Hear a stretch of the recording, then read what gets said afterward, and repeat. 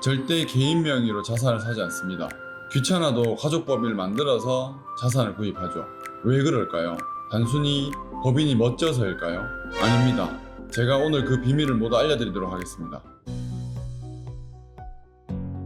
안녕하십니까. 세금 잘 알려주는 남자 세무사 김재민입니다. 제가 오늘은 가족법인을 활용해서 부를 증식하는 방법에 대해서 알려드리도록 하겠습니다. 여러분 솔직히 한번 여쭤볼게요. 10억 벌어서 5억 세금 낼 건지, 10억 벌어서 2억 세금 낼 건지, 당연히 2억 세금 내야 되지 않겠습니까? 아낀 돈으로 재투자를 하면 새로운 부의 증식도 이어질 테니까요. 하지만 많은 분들이 소득이 생기고 세금 내가지고 남는 게 없다, 이렇게 말하시는 분들이 정말 많습니다. 하지만 진짜 부자들, 소위 선수들은요, 절대 개인 명의로 자산을 사지 않습니다. 귀찮아도 가족법인을 만들어서 자산을 구입하죠. 왜 그럴까요? 단순히 법인이 멋져서일까요? 아닙니다. 제가 오늘 그 비밀을 모두 알려드리도록 하겠습니다. 이 영상만 보시면 여러분들은 세금 수억 원을 아끼는 절세 치트키를 얻어가시는 겁니다. 바로 시작하겠습니다. 첫 번째, 세금 낼 돈으로 재투자를 해라. 가족법인을 만든 이유가 돈이 불어나는 속도가 다릅니다.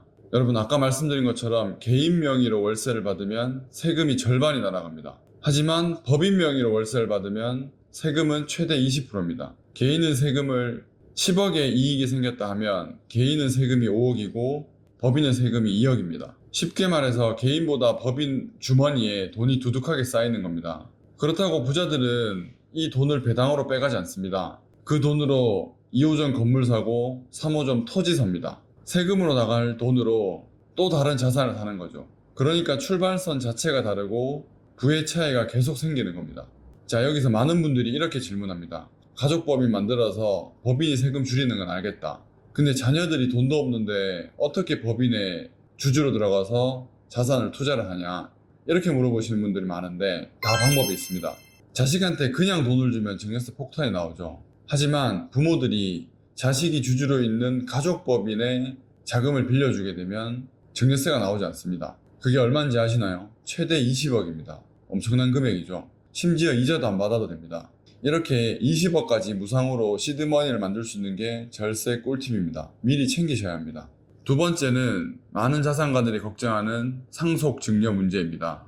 나중에 자식한테 물려줄 때 가장 걱정되는 세금이 상속세와 증여세죠. 쉽게 예를 들면 100억짜리 건물을 주면 상속 또는 증여세가 50억이 나옵니다. 특히 상속의 경우 부동산을 상속받아서 세금이 50억이 나왔는데 자녀 입장에서는 세금 낼 돈이 없습니다. 그럼 부동산을 헐값에 팔아서라도 세금을 내야겠죠. 여기서 안타깝게도 부가 끊기는 겁니다. 그런데 가족법인을 활용하면 방법이 완전히 달라집니다. 쉽게 설명드리면 개인이 가지고 있는 부동산을 법인으로 전환한 다음에 부동산이 아닌 법인 주식을 증여하는 겁니다. 법인 주식은 부동산 시세보다 훨씬 낮게 가치 평가를 할 수 있습니다. 왜냐? 부동산을 나중에 양도했을 때 발생되는 양도소득세를 법인 입장에서는 부채로 인식하는 겁니다. 부채가 생기면 상속세가 줄어듭니다. 똑같은 100억짜리 건물이라도 부동산으로 상속돈을 증여하는 거와 주식으로 상속돈을 증여하는 것은 세금 차이가 엄청나게 많이 발생됩니다. 더 대박인 건 뭔지 아십니까? 법인 명의로 부동산을 바꿔놓은 다음에 부동산의 가치가 상승했다. 그럼 가치 상승분에 대해서는 모두 자녀분들에게 귀속됩니다.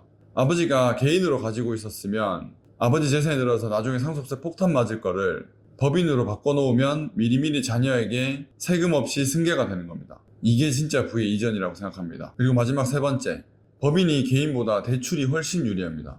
물론 현금이 많으셔서 50억짜리, 100억짜리 건물을 전액 현찰로 산다, 그러면 좀 해당되지 않을 수 있습니다. 하지만 아무리 돈이 많아도 이런 분들은 없을 거라 생각합니다. 현금 100%로 투자를 한다? 물론 안전할 수 있지만 자산 증식 속도가 매우 느립니다. 우리가 자산을 살 때 현금도 물론 필요하지만 핵심은 긍정 채무라고 불리는 대출을 일으키는 겁니다. 이자 4% 내는데 자산이 10% 20% 올랐다? 당연히 이득 아닙니까? 왜 그런 법인이 개인보다 대출이 잘 나올까요? 가족법인의 구성은 부모님과 자녀입니다. 물론 자녀가 아직 신용도가 높진 않습니다. 하지만 가족법인에 부모님이 있기 때문에 은행은 부모님의 신용도를 보고 대출을 좋은 조건으로 내줄 수 있습니다. 그럼 이 대출은 부모님만 사용하냐? 아니죠. 법인이 사용하기 때문에 부모님과 자녀가 같이 쓰는 거죠. 부모님 신용도로 발생된 대출로 자녀들이 같이 써서 자산이 증식된다. 그 이익은 누구 거죠? 바로 법인의 주주인 자녀들 몫입니다. 대출 내서 투자한 게 잘못된 건 아니지 않습니까? 자연스러운 투자의 결과입니다. 부모의 신용으로 대출을 일으키고 자산 증식에 대한 이익은 자녀에게 기속되는 것. 이게 바로 부의 이전입니다. 자, 마지막으로 정리 한번 해드리겠습니다. 가족법인을 만드는 첫 번째 이유, 세금 낼 돈으로 재투자를 하자. 두 번째 이유, 부동산을 통째로 주지 말고 법인 주식을 활용해서 증여하자. 세 번째 이유, 자산을 투자할 때 부모의 신용도를 활용해서 가족법인의 대출을 잘 활용하자.